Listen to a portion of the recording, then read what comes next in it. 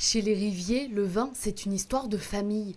Basé à Chusclan dans le Gard depuis 6 générations, le domaine se transmet de père en fils. Et si le savoir-faire reste inchangé, l'économie de la viticulture, elle, a mûri avec le temps. La vigne a été implantée à la fin des années 70, mais c'était plus de la consommation familiale.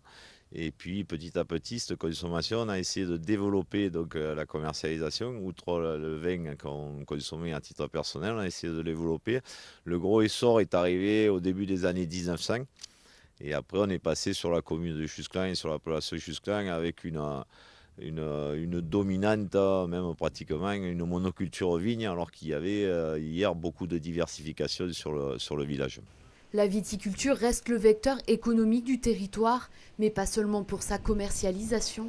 Le vin devient l'attrait touristique de la Provence occitane. On a beaucoup de clients qui viennent sur notre territoire pour le vin. Donc le vin est une vraie entrée, mais le vin souvent ne se consomme pas forcément seul, il faut l'accompagner. Donc on l'accompagne de culture, on l'accompagne d'animations diverses, on organise des visites insolites, des dégustations insolites, donc dans des lieux un peu particuliers. Comme ici à l'espace Rabelais de Bagnols-sur-Cèze, où la compagnie de la Côte-du-Rhône gardoise initie les amateurs.